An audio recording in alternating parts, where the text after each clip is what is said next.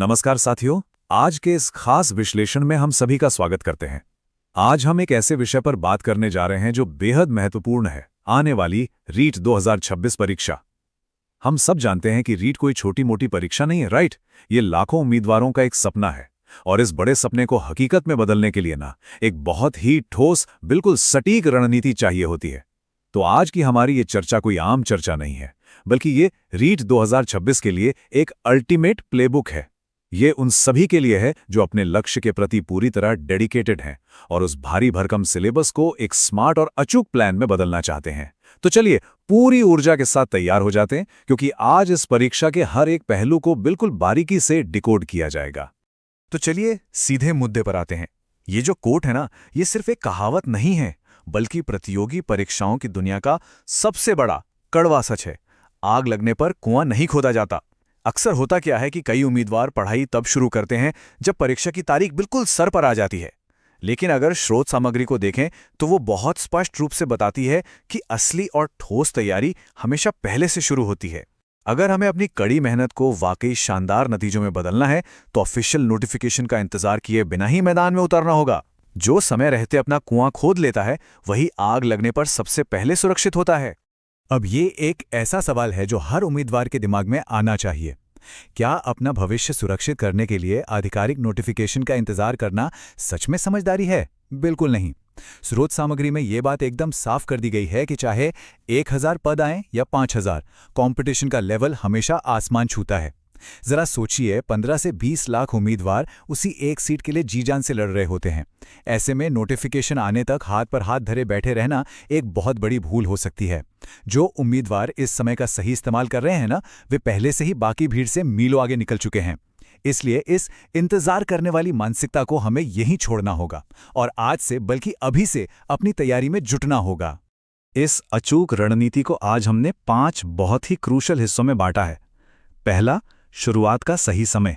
दूसरा, परीक्षा पैटर्न को समझना, यानी प्री बनाम मेंस। तीसरा, सही अध्ययन सामग्री का चुनाव। चौथा, 2000 घंटे का एक मास्टर प्लान। और अंत में, सफलता के कुछ अचूक नियम। तो चलिए शुरुआत करते हैं अपने पहले भाग से। शुरुआत का सही समय, इंतजार को यहीं खत्म करें। अब आते हैं दूसरे और बेहद अहम हिस्से पर, परीक्षा पैटर्न को समझना, प्री और मेंस का पूरा खेल। अब ये वाली स्लाइड सच में बहुत इंटरेस्टिंग है, क्योंकि ये प्री और मेंस के बीच के बुनियादी अंतर को पूरी तरह साफ कर देती है। प्री परीक्षा देखिए, ये केवल 150 अंकों की है और महज एक पात्रता परीक्षा है। इसका मतलब है कि इसमें बस क्वालिफाई करना है। 150 में से 90 अंक यानी 60% लाने हैं। इसका पूरा फोकस बाल मनोविज्ञान और 2 चुनी हुई भाषाओं पर होता है। लेकिन असली जंग, असली महासंग्राम है हमारी मेंस परीक्षा। ये पूरे 300 अंकों की होती है और यही फाइनल चयन तय करेगी। यहां पूरा का पूरा गेम ही बदल जाता है और फोकस शिफ्ट होकर सीधे राजस्थान जीके और स्कूली विषयों पर आ जाता है। आइए अब इस 300 अंकों वाली मेंस परीक्षा को लेवल 1 के नजरिए से थोड़ा गहराई से देखते हैं। जरा इस चार्ट पर गौर कीजिए। 300 में से पूरे 180 अंक सिर्फ राजस्थान के भौगोलिक, ऐतिहासिक, सांस्कृतिक और सामान्य ज्ञान के लिए रखे गए हैं। ये एक बहुत बहुत बड़ा वेटेज है। इसके बाद स्कूली विषय 50 अंक, शिक्षण विधियां 40 अंक और शैक्षिक मनोविज्ञान तथा सूचना तकनीक यानी आईटी कुल मिलाकर 30 अंक कवर करते हैं। इससे एकदम साफ है कि लेवल 1 में सफलता की सबसे बड़ी चाबी राजस्थान का विस्तृत ज्ञान ही है। अब जरा इसकी तुलना लेवल 2 के मेंस परीक्षा से करते हैं। यहां समीकरण थोड़ा सा बदल जाता है। राजस्थान और सामान्य ज्ञान अभी भी क्रूशियल हैं, जो 130 अंकों का है। लेकिन यहां सबसे बड़ा ट्विस्ट आता है विषय विशेषज्ञता में, जिसे पूरे 120 अंक दिए गए हैं। चाहे वो एसएसटी हो, विज्ञान गणित हो या फिर कोई भाषा, उम्मीदवार का अपना मुख्य विषय यहां एक असली गेम चेंजर साबित होता है। बाकी शैक्षिक मनोविज्ञान और आईटी 30 अंक और शिक्षण विधियां 20 अंकों की हैं। तो इसका मतलब ये हुआ कि लेवल 2 वालों को अपने मुख्य विषय और राजस्थान जीके के बीच एक बहुत ही शानदार सा बैलेंस बनाना होगा। चलिए बढ़ते हैं तीसरे भाग की तरफ, अध्ययन सामग्री का चुनाव, यानी इस रणभूमि के लिए हमारे असली हथियार। तो यहां सबसे क्रूशियल पॉइंट यह है कि हमें अपने संसाधनों को बहुत ही सख्ती से सीमित रखना है। किताबों की भरमार अक्सर सिर्फ भटकाव पैदा करती है। स्रोत सामग्री के अनुसार टेबल पर बस गिने चुने हथियार ही होने चाहिए। सबसे पहले पैटर्न के हिसाब से कोई एक नवीनतम और अच्छी गाइड। 10 तरह की गाइडें नहीं पढ़नी है, बस एक। दूसरा, पिछले वर्षों के प्रश्न यानी PYQs वाली कोई एक वस्तुनिष्ठ किताब। तीसरा, राजस्थान जीके के लिए RBSC की किताबें, और अगर गहराई से पढ़ना है तो राजस्थान हिंदी ग्रंथ अकादमी की पुस्तकें। बस इतना ही। यही वो सीमित दायरा है जो किसी भी उम्मीदवार को भटकाव से बचाएगा और पूरे सिलेबस को कवर करने की गारंटी देगा। अब समय है चौथे हिस्से का, 2000 घंटे का मास्टर प्लान, जो कि हमारी सबसे सटीक रणनीति है। स्क्रीन पर ये जो नंबर है ना, 2000, ये कोई आम नंबर नहीं है। ये एक ऐसा जादुई आंकड़ा है जो किसी भी उम्मीदवार के आने वाले 40 से 50 सालों को पूरी तरह से सुरक्षित और शानदार बना सकता है। स्रोत सामग्री का दावा है कि अगर कोई भी उम्मीदवार अपने जीवन के 2000 घंटे पूरी ईमानदारी और सही रणनीति के साथ पढ़ाई में इन्वेस्ट कर दे तो उसका सिलेक्शन होना बिल्कुल पक्का है। लेकिन दिमाग में यह सवाल आता है कि आखिर ये 2000 घंटे का आंकड़ा काम कैसे करता है। चलिए आगे बढ़ते हैं और देखते हैं कि ये पूरा गणित कैसे काम करता है। ये चयन का बिल्कुल विशुद्ध गणित है।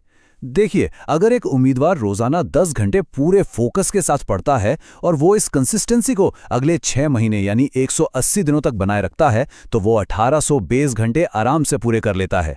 जब कोई इतने लंबे समय तक रोज 10 घंटे पढ़ता है ना, तो उसकी दिमागी क्षमता और विषय की समझ इस लेवल तक डेवलप हो जाती है कि वो कब 10 घंटे से बढ़कर 12-13 घंटे पढ़ने लगता है उसे खुद भी पता नहीं चलता। और यही अतिरिक्त समय उन 1800 घंटों को 2000 घंटों के जादुई आंकड़े तक ले जाता है। इतने गहरे डेडिकेशन के बाद सच कहूं तो कोई भी परीक्षा क्रैक करना असंभव नहीं रह जाता। फाइनली हम आ गए हैं अपने 5वें और आखिरी भाग पर, सफलता के अचूक नियम यानी चीजों को सीमित करने का दर्शन। और ये स्लाइड बहुत ही शानदार तरीके से दिखाती है कि असली सफलता का सीक्रेट आखिर है क्या। बाईं ओर देखिए, किन चीजों को सीमित करना है। किताबों को। ढेर सारी किताबों की जगह बस 1-2 प्रामाणिक किताबें चुननी है। शिक्षकों को सीमित करना है। हर जगह से ज्ञान बटोरने की बजाय किसी एक पर भरोसा करना हमेशा बेहतर होता है। दोस्तों का दायरा सीमित रखना चाहिए, क्योंकि ज्यादा भीड़ हमेशा फोकस बिगाड़ती है। और सबसे जरूरी बात, सलाहकारों को सीमित करना। बहुत ज्यादा सलाहें हमेशा कंफ्यूजन ही पैदा करती हैं, लेकिन इसके ठीक उलट दाईं ओर देखिए, प्रयास, फोकस और समर्पण, ये चीजें बिल्कुल असीमित होनी चाहिए। जब बाहर की चीजें सीमित हो जाती है ना, तभी अंदर की ऊर्जा असीमित होकर बाहर आती है। अंत में एक ऐसा रूल जो टाइम टेबल बनाने का पूरा नजरिया ही बदल देगा। विषय आधारित अध्ययन हमेशा समय आधारित अध्ययन से बेहतर होता है। स्रोत सामग्री इस बात पर बहुत जोर देती है कि कभी भी घड़ियों को देखकर टाइम टेबल नहीं बनाना चाहिए कि भैया 9 से 10 बजे तक तो मुझे बस यही पढ़ना है। इसके बजाय दिन के टारगेट सेट होने चाहिए कि आज मुझे ये 2 टॉपिक पूरी तरह से समझने हैं, और जब तक वो टॉपिक दिमाग में बिल्कुल क्रिस्टल क्लियर न हो जाएं, तब तक अपनी सीट से नहीं उठना है। घड़ी देखने के बजाय अपनी समझ पर फोकस होना चाहिए। तो साथियों, जाते जाते बस एक यही सोचने वाली बात है कि क्या आज से ही उन 2000 घंटों का इन्वेस्टमेंट शुरू करने का वक्त नहीं आ गया है जो पूरा कल बदल सकते हैं। इसी विचार के साथ आज के इस विश्लेषण को हम यहीं खत्म करते हैं। सीखते रहिए और आगे बढ़ते रहिए।